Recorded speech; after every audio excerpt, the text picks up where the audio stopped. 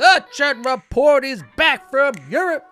I was in Amsterdam, Brussels, in Bruges, the red light district, and ending in France. Having some of the best, well, not the best wine. We have the best wine out here in California, but definitely the best beer. Without context, I would agree with Kid Rock shooting Bud Light. If we strip the context of why he was doing it. The wife dragged me from museum to museum. Saw this picture. The first recorded incident of a dude teabagging another dude. Yeah, this painting right here. I learned one Dutch phrase while I was in Amsterdam. Nookin in the cookin. Learned Smurfette came from Belgium while I was drinking that beer. While I was drinking that beer, I had ChatGPT put Smurfette in the red light district. Right? I mean, she is the only woman there. So I imagine some version of this scenario goes on. I saw this lady from my home country of Greece, right? Boobs out, arms gone, you know? I haven't seen a woman in this condition since spring break 2003. Wonder whatever became of her. Saw the lady who led to my Nike Jordans. Nike right there. Saw a lot of good art. Punched 7 people in the face. Ironically, one of the people I punched in the face was an armless lady.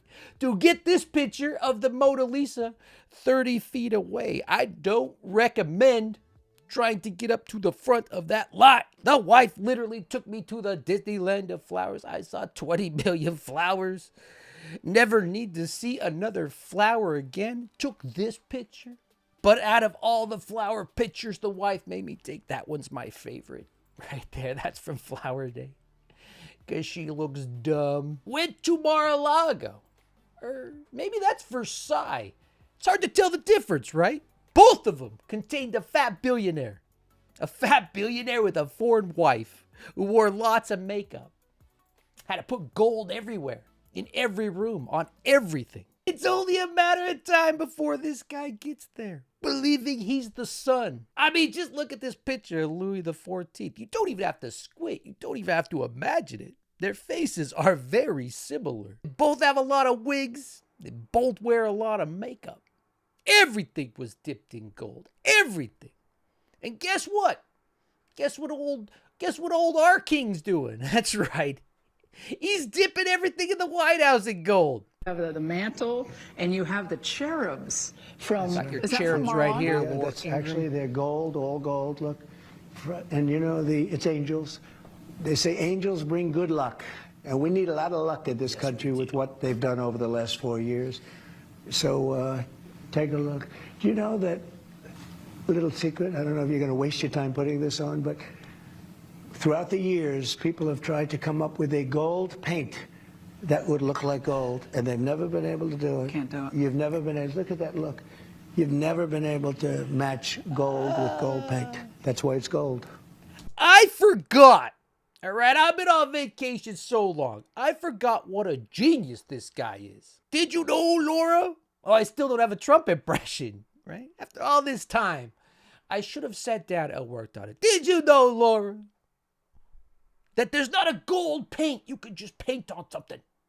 It's not like bronzer where I could just put it on my face. I'm the Sun King. There's not a gold paint that makes things gold. Genius. I was in France, the land of the rude, but also the land of the guillotine. These things right here. And guess what? They're not really in use anymore. That gold balcony in that picture right there. Right behind me. That's where King Louis XVI came out. Him and Marie Antoinette. And what they say, they said, let them eat cake. Let them eat cake. Where have I heard that recently? Well, remember the army of millions and millions of human beings screwing in little screws to make iPhones. That kind of thing is going to come to America. That's what's coming to America. Chuds with their fat little sausage fingers trying to screw in screws to iPhones. That's what they're promising you. Oh, the Chuds will eat cake. They'll eat cake with a burger in the middle, a donut sandwich, and then they'll screw in your screws. They'll take $5 an hour in a United States sweatshop just to own the libs. France, the land of let them eat cake, the land of gaudy gold, the land of the guillotine. I was over there. I was in Versailles. But it also made me feel like home 2025. And after Louis XIV, it took two more Louis in there. Louis, if you will. I believe that's what the song was written after. I don't know if that's what the song was written after. It took a Don Jr. You know what I mean? After Donald Trump. It took a Don Jr. before they whipped out these guillotines. But I have to say, we are still Americans, right? We are still Americans. We could do better. I don't know if the guillotine is protected under the Second Amendment. I imagine it is. I'm not proposing anything. I'm just telling you about my trip. But hypothetically, if we were back in this time, if we were at Versailles, I imagine us Americans, we could do it better. We could do it faster. And it just so happens I picked up 5 of these on Temu. Temu? Buy now. You get a free gift for whatever you want. Just download the app. I bought 5 of these before the tariffs hit. So if you need one, I'll hand out 4 to the first 4 comments. You got to pay shipping and handling. Trump is the new Adolf.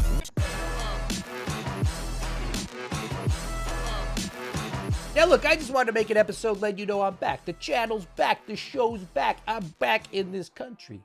And I'm not sure Amsterdam is really a good backup country that I thought it was. You know what I mean? I don't know how picky you could be when you're claiming asylum, but the wind does blow 300 times. 300 days a year. That's why these things work. That's why they have them out there. It is cold. Like super cold. I know it's April. It's not supposed to be warm, but it was like San Francisco cold. So maybe we got to keep looking at other countries. Maybe countries a little closer to the equator when I eventually have to flee. Otherwise, I'll be going to that hot country of El Salvador. So I'll put up an episode of things I missed when I was gone, in case you guys were just dying to hear what the guy inside the YouTube has to say about it. But for right now, I just want to finish this episode with something I noticed, something I felt when I was there, something I learned. Amsterdam, France, Bruges. I was in Bruges. Brussels. I saw NATO. You know, pretty soon they'll be taking down the American flag from there. But if you are an EU country, no matter if you're Slovenia, you know, where the president got his wife, probably picked her out of a window, just like this, just like I was seeing. Whether you're in Slovenia or you're in France or you're in Amsterdam, it's universal rights for everybody. The Charter forbids discrimination on a wide range of grounds: sex, race, religion, and sexual orientation, to name just a few of the rights that every single person is enshrined with. And these rights extend to even education, healthcare. They see those as rights because, you know, they haven't been conditioned since Reagan, right? In this cult of America. You don't really realize how cultish Americans are, whether they're political or not, until you travel abroad. They think, oh, that's privilege. But if you're in the EU, healthcare, education, that's a right. From a French urbanite to a Bulgarian villager, or even Smurfette, right? They all deserve basic freedoms, safety nets, and a voice. And what's crazy, they do what we used to do even better than us, right? Their rights extend to vulnerable outsiders. The Charter recognizes the right to asylum for those fleeing persecution, and it bans collective expulsions or sending anyone to a place where they risk torture or inhumane treatment. Gitmo to El Salvador. They love you. They love what you do. I'm not for support. I want them to do, for homegrown criminals next. Yeah. I said, homegrowns are next. The homegrowns. You got to build about 5 more places. Yeah. 5 more places. They're laughing. You see that? Any other time in history, I mean, if we were a healthy democracy, The president, he's literally talking about setting up concentration camps. You've all seen him. Kristi Noem went down there with her $60,000 watch to stand in front of these people. You know what they are. He's saying United States citizens will now be sent there. And so this clip came out when I was there.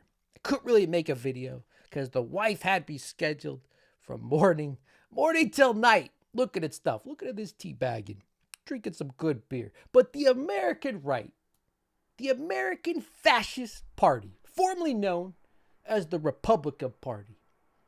This is what I had watching this clip while being in, a country like France. This is the epiphany. I guess it's not really epiphany. I always kind of understood what was happening.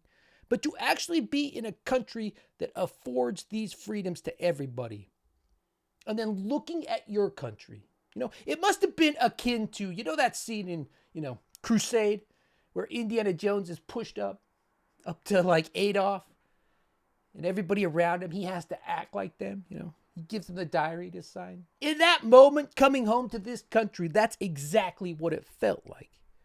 Because what Republicans really, really love, Republicans love their freedom. Oh, I got my First Amendment. Elon Musk freed me to say what I want online. My Second Amendment. Shoot whoever I want, anytime I want. Second Amendment. They probably don't know much more of those. But they love their freedoms. They love to have all those freedoms. Don't step on my snack. And if you take that Twitter example, it's called X. What Elon did with that, banned reporters, squashed everyone's speech that isn't favorable of Trump, and, megaphoned, blowhorned out the craziest conspiracy theories. If you take that as a microcosm for the way the modern American conservative, the way the modern American fascist thinks, they want a Bill of Rights, but for the people who disagree with them, the people that look different than them, they want them to have no rights. Something I call small town cop syndrome. The mental runt in your school, right? His only avenue to power was to stay in that hometown. He couldn't leave that hometown. It was to stay in that hometown and become a cop so he would have power over people smarter than him. But unfortunately, there's too many mental runts. There's too many stupid people and not enough small town cop positions open. So this is another way that they get to do this. I mean, you see this when you're in an actual country, when you're in an actual first world country again. Robust freedoms for the base, for their ideology, coupled with restrictions or outright denials of the rights of others. I mean, they're shipping people who are U.S. citizens to a prison in El Salvador. You remember when we were talking about this 2-3 years ago, said that this would happen this time? This would definitely happen. They said, you're being hysterical. He's not going to do any of that. It's called fascism, folks. It's here. I missed all of you. Look for that episode of Things I Missed while I was gone. I think there were 10 stock market crashes in just the 12 days I was gone. This is our new reality. And here's a little more footage. Ready? Mar-a-Lago. Yeah, you ready? Yeah. So we're going down the Hall of Mirrors. And the Chateau de The Hall of Beards? Mirrors. Beers. So you can look in the mirror with your camera and get you in the video. Thanks, babe. I think I will do that.